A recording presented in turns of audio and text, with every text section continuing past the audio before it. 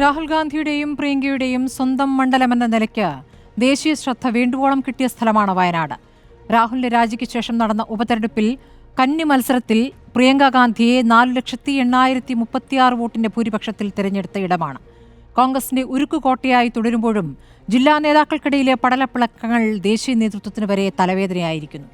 പ്രാദേശിക നേതാക്കളുടെ തുടർച്ചയായ ആത്മഹത്യകൾ, അതിനോട് നേതൃത്വം കാണിച്ച സമീപനം, പാർട്ടി നേതൃത്വത്തിനെതിരെ മരിച്ചവരുടെ കുടുംബങ്ങൾ ഉന്നയിച്ച ആരോപണങ്ങൾ, മണ്ഡലത്തിലെത്തിയ പ്രിയങ്ക കണ്ടതും കേട്ടതും അത്ര നല്ല കാര്യങ്ങളായിരുന്നില്ല.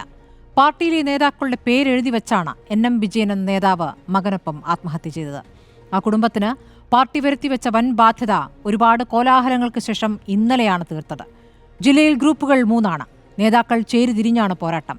ആത്മഹത്യാ ആരോപണങ്ങളിലടക്കം ഉയർന്നു കേട്ട DCC അധ്യക്ഷൻ ND അപ്പച്ചന്റെ കസേര ഒടുവിൽ തെറിച്ചിരിക്കുന്നു. പ്രിയങ്ക തന്നെ ആവശ്യപ്പെട്ട് വാങ്ങിയ രാജിയെന്നാണ് സൂചന. ദേശീയ നേതാക്കളെ വിജയിപ്പിച്ചെടുത്ത പാർട്ടിയുടെ സ്വന്തം മണ്ഡലത്തിലെ ചക്കളത്തി പോരാട്ടം തടയാൻ സംസ്ഥാന നേതൃത്വം പരാജയപ്പെടുകയായിരുന്നു. തിരുത്തിൽ തെറിച്ചോ എന്നതാണ് ചോദ്യം.